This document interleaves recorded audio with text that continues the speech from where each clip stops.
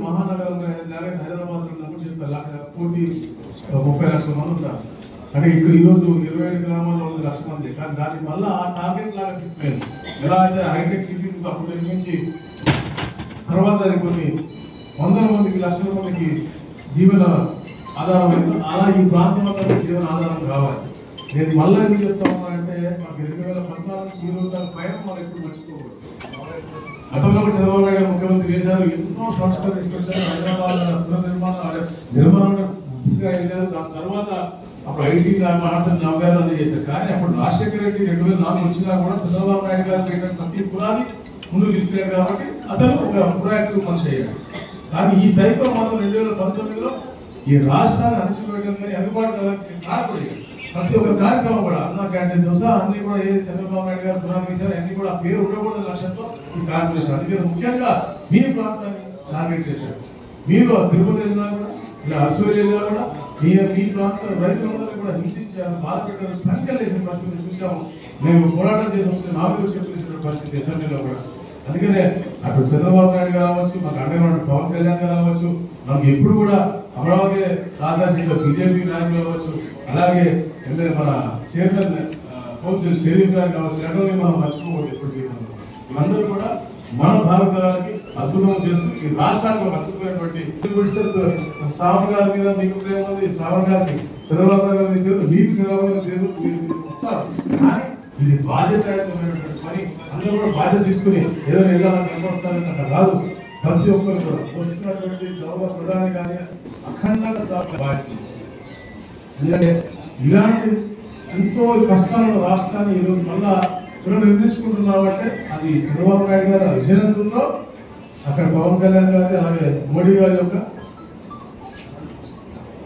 Support ఆశీస్సులు ఉన్నాయి. మోడీ గారి ఆశీస్సులు. సో వాళ్ళు వచ్చినప్పుడు వాళ్ళు అఖండంగా గౌరవించాలి, అఖండంగా వారికి ఒక ఆదరణ చూపించాలి. దాని తర్వాత మన ఆలోచనలు వాళ్ళకి ముఖ్యమంత్రి వాళ్ళకి తెలియజేస్తే వారు మనకి రాబోయే రోజుల్లో ఒకటి తర్వాత ఒకటి అన్ని కూడా చేసి మనకి సమకూరుస్తారు. మూడో నిన్న సీఎం గారు చెప్పారు, మేము తిరుపతి వెళ్ళినప్పుడు పర్చూరు అసలు పోయినప్పుడు రేపల్లి ఈ రెండు మాత్రమే మాకు ఆ ఉత్సాహానికి అక్కడి నుంచి డబుల్ ట్రిపుల్ అవుతూ ముందుకు వెళ్ళామండి అని చెప్పారు. ఈరోజు ఇద్దరు ఇక్కడ ఉన్నాం అంటే నిజం చెప్తామంటే మా బాధ్యత మేము తీసుకున్నాం. కానీ చంద్రబాబు నాయుడు గారు ఎంచుకున్నటువంటి అమరావతి వెళ్ళిపోతుంటే పడకూడదు, ఎవరు కూడా అండగా ఉండాలని ఆలోచన అండగా ఉన్నాం. ఈ రోజు కూడా నిర్మిస్తా ఉన్నారు గౌరవ ముఖ్యమంత్రి గారు.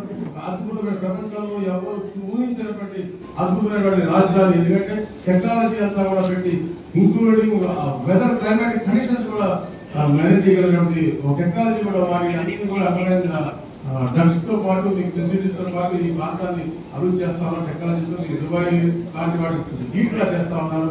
దాంతో పాటు రాబోయే రోజుల్లో ఈ అమరావతి, బెంగళూరు, చెన్నై, హైదరాబాద్ కలిపి బుల్లెట్ ట్రైన్ కూడా ఆ ప్రతిపాదన గౌరవ ప్రధానమంత్రి గారు తీసుకెళ్లారు. ఇవన్నీ కూడా ప్రధానమంత్రి గారికి మనం గౌరవిస్తేనే వారు కూడా ఆశీస్సులు ఇంకా బ్రహ్మాండంగా ఇచ్చి ఈ రాష్ట్రం పట్ల మన రాజధాని మన అమరావతి పట్ల కూడా ఉంటుంది. కాబట్టి మీరు ఎల్లుండి చేయించింది ఈ కార్యక్రమం అందరూ పెద్ద నాయకులు, ఎవరు చిన్న నాయకులు కాదు. మీ అందరికీ సమర్థ ఉంది.